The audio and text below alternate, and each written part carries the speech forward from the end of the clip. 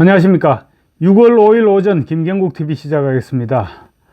문재인 전 대통령과 민주당 이재명 대표, 그리고 조국혁신당 조국 대표 세 사람의 관계가 심상찮아 보입니다.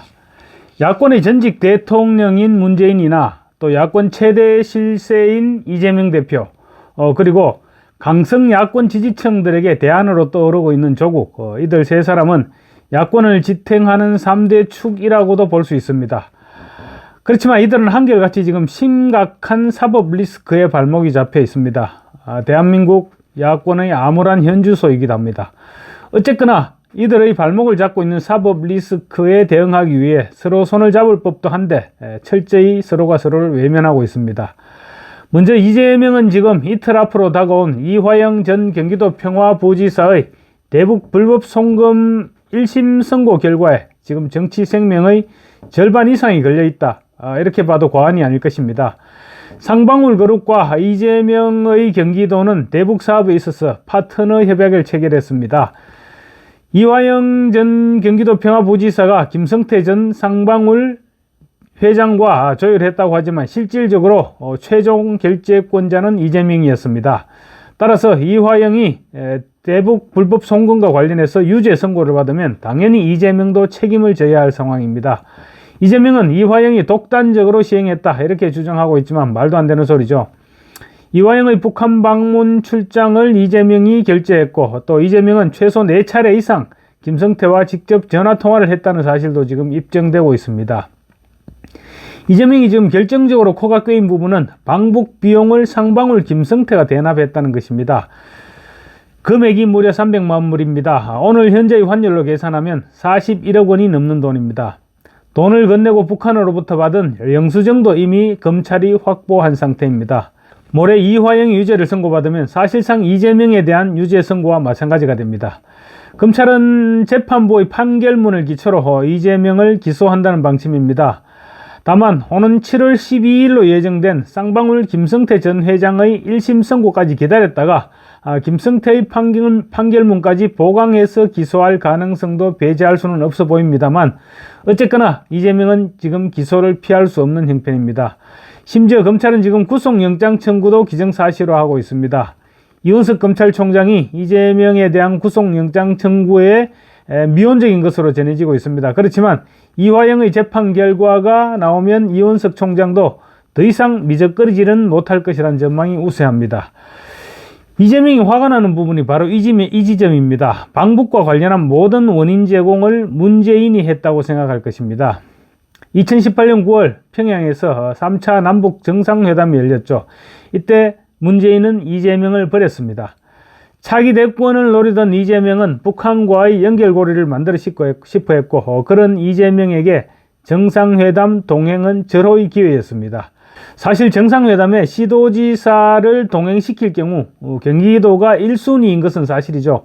판문점도 경기도에 있고 접경지역 사업을 한다고 하더라도 경기도가 가장 유력합니다. 그런데 문재인은 이재명이 싫었죠. 그래서 대선 후보 경선 과정에서 쌓인 앙금도 풀리지 않았습니다. 그래서 방북 명단에 박원순 서울시장과 최문순 강원도지사를 포함시키고 이재명은 제외시켜버렸습니다. 당시 방북 명단은 문재인의 후계 경쟁 구도와도 연관이 있었습니다. 그러니까 문재인의 후계 구도에 이재명은 빠져 있었던 것입니다. 이재명 입장에서는 다른 시도지사도 가지 않는다면 몰라도 자신만 쏙 빼버린 문재인에게 아마 화가 머리 끝까지 치올랐을 것입니다.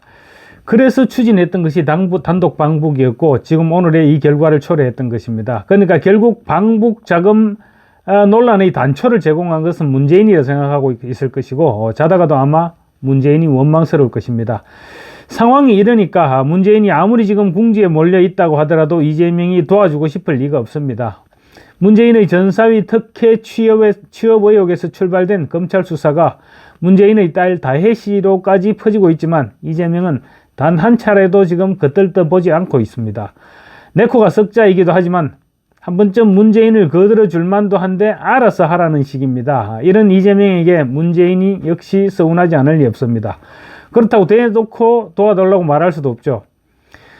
총선 이후 문재인, 그러니까 친문계 당선인 27명이 연대 서명해서 기자회견을 열어서 전주지검의 문재인에 대한 수사를 비난했지만 그게 끝이었습니다. 그 정도 하면 민주당 차원에서 뭔가 힘을 보태주지 않겠느냐, 이렇게 기대했을 것인데 민주당에서는 여전히 반응이 없었습니다.